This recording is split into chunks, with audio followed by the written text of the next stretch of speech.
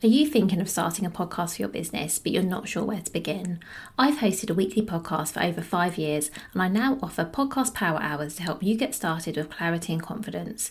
In this one-to-one session, we'll cover whatever you need, from tech and format to episode ideas, and you'll also get a free podcast starter kit with my go-to kit, tools, and software. Head to the link in the show notes to book your podcast power hour today. Welcome to the Bring Your Product Idea to Life podcast.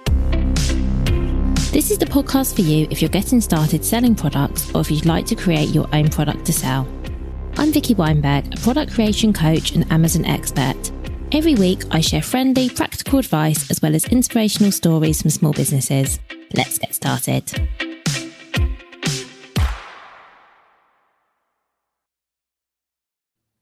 Hello and welcome to Bring Your Product Idea to Life. If you listened to last week's episode, you will know that I started with a story about how when I started selling my products on Amazon, I procrastinated and took way too long. Well, this week I want to start with a story about the complete opposite.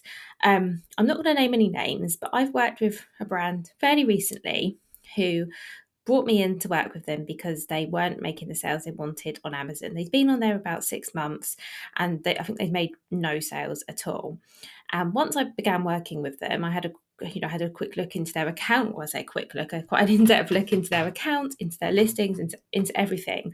And it became really clear, and they would happily say the same themselves, that they'd kind of rushed through the setup. So they knew they wanted to be on Amazon. They had a really great range of products. Their products were selling on their own website. They were doing really well. They were wholesaling them to a number of stores. They had great customer feedback. So they were like, yes, let's definitely get these products onto Amazon. So they get on there. But I think it's fair to say they didn't entirely know how to get off to a great start on Amazon. They got the listings up fairly quickly. And it's, by the way, it's great that they navigated all of this. They opened the account, they got their listings set up. However, because they weren't done as well as they could have been, they were not making any sales. They weren't getting found. And even if people were finding them, I'm not sure their listings would have converted that well based on the listings that I could see at the time. So what I then had to do was go and rework absolutely everything for them. So completely overhaul all of their listings and then do some work on their visibility as well. And this is great. And, this story does have a happy ending, that now they're making great sales on Amazon and things are definitely improving. However, it's a real shame that in a way that I had to do this, because one, that was 6 months where they could have been making sales and they weren't. And two, we've kind of done it all over again because they spent the time doing it in the first place. And then they then had to pay me to redo it again. Or if they hadn't worked with me, and then they just 6 months later came to the conclusion, okay, maybe something's wrong here, let's look into it ourselves. If they'd had the bandwidth to do that at the time, they would then be, repeating the process and doing it again themselves. Why am I telling you this? The reason I'm telling you this is because I think it's a real shame that to go through, to decide you want to sell your products on Amazon, to go through the setup process, to get everything, all your listings there, to set up FBA if that's what you're doing, and then to not make any sales, particularly if you then realise that there were things you could have done differently right at the beginning that would have meant that wouldn't have been the case, and actually you'd have got off to a much better start. So in today's episode, I want to talk to you about a proper Amazon setup, how to get set up on Amazon, how to do it really well. And I'm going to walk you through step by step the things that you need to do in order to get set up on Amazon. Now, I'm going to tell you right at the outset, I have a free checklist. It's called the Amazon Setup Checklist. It is completely free. To get it, all you need to do is go to vickyweinberg.com/resources, or you can get it in the show notes for this episode if that's easier for you. And I think you can get it from my Instagram bio as well. But it's a great resource, completely free, and it goes into every single thing you need to do when you're getting set up on Amazon. So if you are, walking the dog like I do when I listen to podcasts, or you're at the gym, or you're just somewhere where you can't make notes, don't worry, you don't need to write a single thing down. You can just listen to this episode, and then whenever you're ready, you can go and get that free checklist, and it's got all of it for you. So absolutely no need to make notes. I've already thought of that. It's here for you. So let's talk through all of the steps you need to go through to get off to a great start on Amazon. First thing you need to do is decide on your seller plan. So whether you're going to have an individual plan or a professional plan. Differences a professional plan you pay for. I've got a whole episode where I go into detail on which I think is best, but to summarise it here, so this episode isn't super long, I'd say go for the professional plan. You get all of the features I'm going to be talking about in this episode. And if you don't go for that right away, at some point you're going to want to upgrade. And again, in the spirit of only doing things once, go for the professional plan from the outset. It will be a lot easier. So then you need to open your Amazon Seller Central account. So what you need to do this is a business email address or an Amazon customer account. If you don't have a business email address, I would just say use a separate email address to the one you use when you're shopping on Amazon. I promise you this makes life a lot easier. You will need a chargeable credit card, so Amazon can charge you any fees you might incur. You will need a valid passport or some kind of national ID, so Amazon can verify you are who you say you are.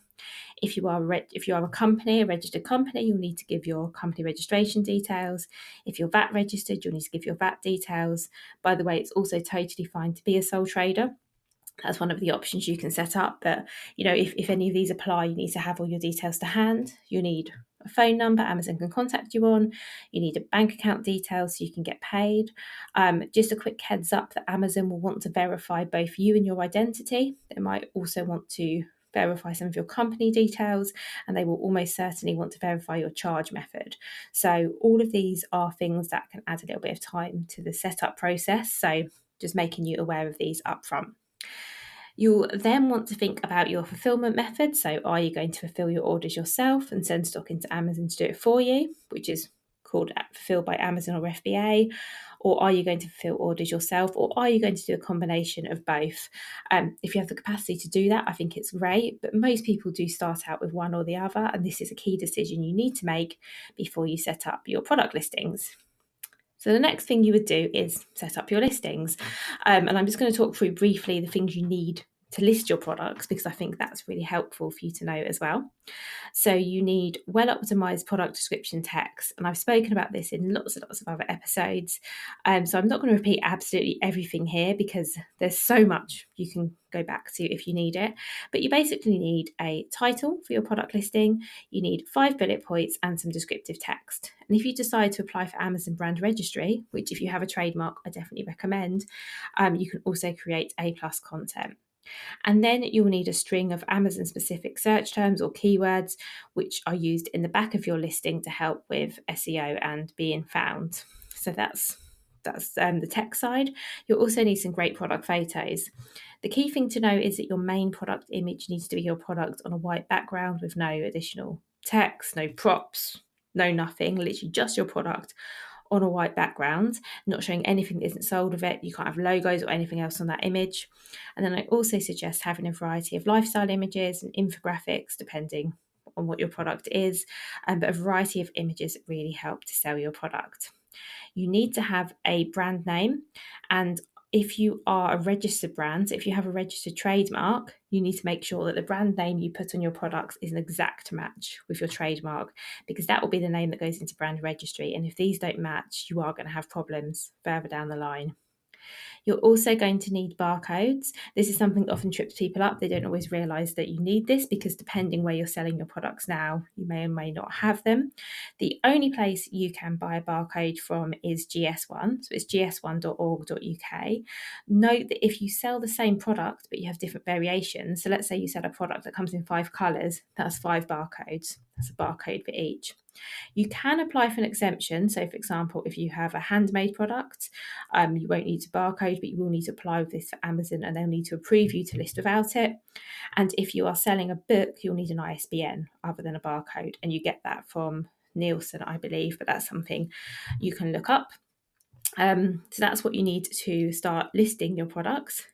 And then once you've got your listing set up, you either need to set up shipping settings. So if you're going to be dispatching products yourself, you need to tell Amazon if you have a handling time, or whether you can dispatch products the same day. You need to let them know what shipping provider you'll be using, so how long delivery will take. As a little aside, I always suggest offering free shipping if you can, because I think that's quite nice and it kind of matches the Prime offer. And if you are using Amazon FBA, then you will need to set up a shipping plan to send in your stock. And to do this, you basically need to let Amazon know what you're sending, where you're sending it from, and the sizes and weights for each item and any larger boxes you're sending in. You then get labels to print. You can arrange for your stock to be collected, or you can drop it off.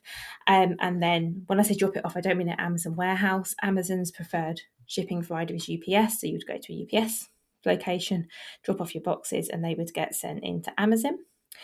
And then once you've done all of that, and I'm aware I'm rattling through this, but that's so this podcast is kept at a reasonable length. I promise I can go into much more detail on any of this. I've got a lot of episodes covering all aspects of getting set up on Amazon. If you have a particular question and there's something you need to know, you can always let me know. I'm very happy if you send me a message and say, Vicky, I need help with FBA, and I can direct you to the right podcast episode. So never be afraid to ask that. Once your listings are set up and you've got you've got them set up and you've got your stock, whether you're fulfilling yourself or you've got stock in the warehouse, you then need to do something to drive traffic to your listings. I can't say this enough. You won't make sales unless you work at it. You can't sell a product people can't find. And when you first list your product on Amazon, it is quite unusual that people will find your product straight away themselves. Even if they type in your brand name, you might not show up straight away. And this is a hard one to tell people, and nobody really likes this. And I can see why. Amazon's algorithm works that it rewards sales. And until you start getting some sales, it's really hard to get visibility. So you might want to set up Amazon sponsored products campaigns where you're paying for traffic. You might want to do some sort of external advertising. You might want to use your email list to get people over to your listing. You might, whatever it is you do, you will unfortunately need to do something to get sales on Amazon. And that's going to be really key. Now I'm going to talk through some of the common mistakes I see when people get set up. So number one is using placeholder copy. So setting up a listing and thinking, okay, I'm just going to put in some placeholder text and I'll write my real product description later, and I'm just going to put this text in for now. Sometimes on Amazon, it can be really hard to change things once it's in there. You can change everything. You can change your title, you can change your bullets, you can change your description. However, information can get locked in Amazon, which means that once that information is locked in, sometimes you have to go through a bit of a process to get it changed. I'm doing this for a client now where we just want to change a product title, and there's a lot of back and forth with seller support. It's a massive hassle. So if you have your final product text and you're able to use it initially when you set up your listings, I promise you won't regret it. It will save you a lot of work in the future. Another common mistake I see is not having a clear USP. So a listing that's very generic, very similar to other listings in that category. It's going to be really hard, especially as a new listing without reviews, for someone to choose you over another established listing that's got lots of reviews if they can't see why your product's better, why they should buy yours, not theirs. That has to be really, really clear. And this is something that I often see. Another common mistake I see is not having great images or not having many images. So you can actually add 8 images to an Amazon product listing, and you can add a video to each product as well. I fairly often see products where there's only one image, so just that one main image on the white background. That's really not enough. I often see listings where it's just all of the images of the product shot from different angles, and that's great. You do need to see, for some products, definitely you need to see them from different angles, but actually if you don't have lifestyle images, you don't have infographics, you don't have images that really sell your product, I do think you're missing out. And actually, while we speak of images, something else I see quite a lot is where the main image is not on a white background, and sometimes this gets through, even though this is Amazon's policy. You might find that you don't put your main image on a white background, but it's fine. Amazon still approves your listing and up it goes. However, it's a ticking time bomb, because as soon as they realise, and usually they do realise, that actually your main image isn't compliant, they will take your listing down, and then you'll have to go back and rectify it. So getting all these things right from the start is really important, and it will save you so much time. Another common mistake I see is not doing any keyword research, not having any keywords in your listing, not using the search terms field. Keywords are really important because Amazon is basically a big search engine. So if you are not using the words and phrases people are searching for in your product listing, it's going to be really hard for them to find it. If you're not sure what those words and phrases are, you can do some keyword research. There are paid for tools out there. So Jungle Scout is one that I use, but there are lots of others. You can also use the Amazon search bar to get an idea of what people are looking for. But it's really, really important that your listings are optimized well for search, because, and even though that isn't the only thing, because as I've said before, your listing can be amazingly optimized for search, but chances are you're going to be using similar keywords to other existing product listings in the same niche, and those listings will come up higher than you because they've already got sales and they've already got reviews. However, even if at the beginning you're paying for ads to get traffic to your Amazon listings, you don't want to be doing that forever.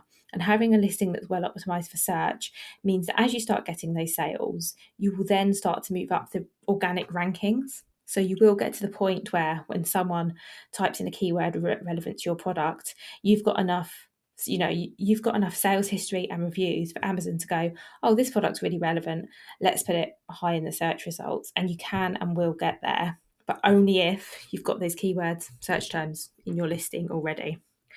Another issue I see is not setting clear delivery or handling times. So if you know, for example, that it's going to take you a couple of days to get your product ready to ship, if you know you can't send things out same day, don't have 0 days as your handling time, add a couple of days to give you leeway. Amazon will start to penalise you for late deliveries. Same with the shipping service. Don't tell everyone that you're going to be sending things first class if you're actually going to use second and everything's going to arrive late. Again, Amazon will penalise you for that. So make sure you're really upfront about what you can deliver. Most of the time, I think customers won't necessarily mind waiting for a product, but they will mind if you tell them it's going to come in 2 days and it's 5 days and it hasn't arrived. Then they're going to care.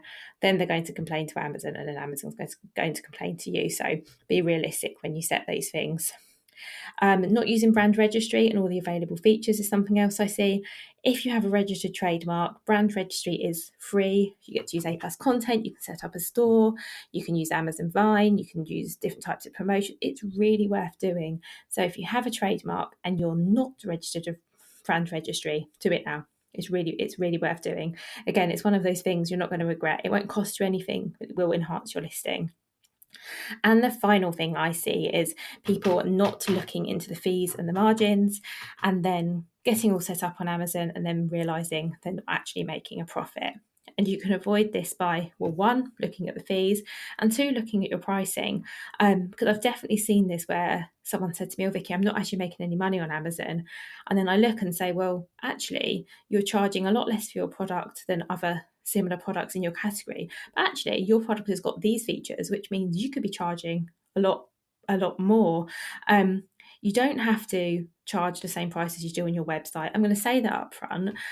Not everyone will agree with me here, but actually, it's quite common for people to sell on Amazon for slightly more than they do on their website to account for the fees, and that's okay, especially if you're using FBA and people are going to be getting faster, cheaper delivery than they are on your website.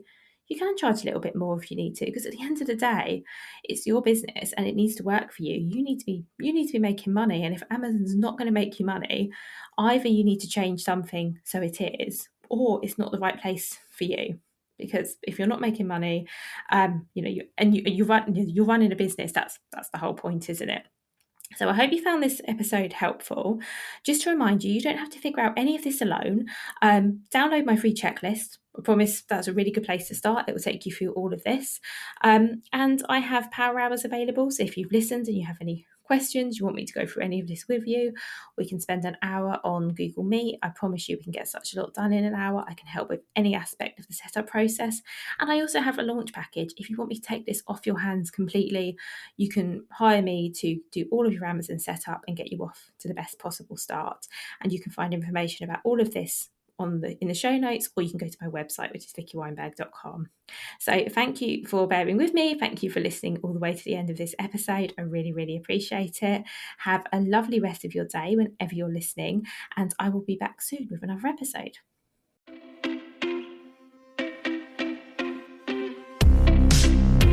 Thank you so much for listening right to the end of this episode. Do remember that you can get the full back catalogue and lots of free resources on my website, vickyweinberg.com. Please do remember to rate and review this episode if you've enjoyed it, and also share it with a friend who you think might find it useful. Thank you again, and see you next week.